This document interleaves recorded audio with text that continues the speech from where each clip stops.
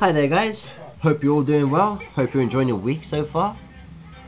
This will be a contest entry into IGoldenThroat's new competition, who's recently hit 100 subs, well 98 subs at the time. It wasn't quite at 100 yet, but he should be there by now. Great guy, glad to see him back after his house move. So yeah, he decided to do a competition, and in order to participate you had to name your biggest movie disappointments and your biggest movie surprises, films which exceeded your expectations. So yeah, I picked a bunch out, and I think I'll start with the biggest disappointments. There's 3 of them, all from the same director, fucking Paul Anderson, which is a shame because he's a Brit, and you want to support your British directors, but my God, the franchise killer. Okay, this is the first one, Mortal Kombat from 1995, I believe. Yeah, massive fan of the games, absolutely love them, and had high hopes for the film. The film, I hope it would be as ultra gory and violent as the games were, fatalities and stuff, but we got the complete opposite. It was very tame, very PG-13. It had a couple of good fights. You had the decent fight with Johnny Cage and Scorpion, I believe, and you also had a good fight with Liu Kang and Reptile. So all the characters were there, and even Goro looked great, I thought. He moved a bit awkwardly, but you wanted to see him rip people to shreds, and it just wasn't there. It was just very tame. So I still got the old VHS here. I believe I got this for my birthday back in '97. Still got it. So that's the first one. Second up, Resident Evil. What a shame. Loved the games. They're my favourite series of games, the Resident Evil franchise, and the games laid it out for a good film. We could have had one of those rare occurrences where we had a zombie film which was actually scary and gory, but just didn't deliver. It was too stylized, too action orientated, and changed parts of the story around, the characters. Just such a waste, I thought. So that's my second pick, Resident Evil. My third one, AVP, Alien vs Predator. Love both of the Alien and Predator films. There was always these rumours going around during the late 90s that we might get an Alien vs Predator film, and when it actually came, wow, it was just very bland.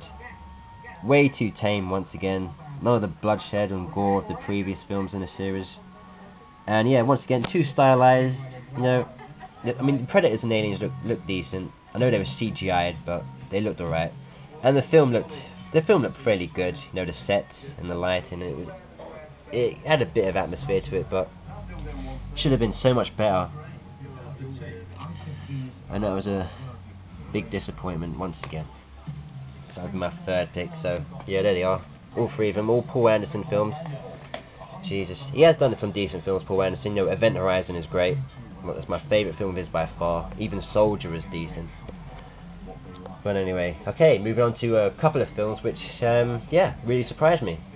And I picked one horror, one non-horror.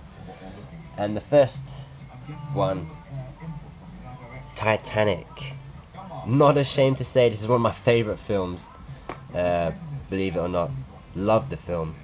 I remember going to see it on its opening weekend. My parents dragged me down to the Kensington Odeon cinema to watch it, and I just really didn't want to go. The place was packed, and I knew it was a 3-hour plus film going into it, so I loaded up my pockets with sweets and chocolates, hoping to eat my way through the film. But the film got started and I didn't eat a single thing. I didn't even take off my jacket. I was just so into the film, just loved it. And I love disaster films, in general, especially ones based on the ocean, involving water. It's one of the phobias of mine, drowning. And it was just great, the special effects are brilliant. They still hold up today. And yeah, probably one of the best films I've ever seen at the cinema. It's brilliant. So that's Titanic. And my next one, The Hills of Eyes remake.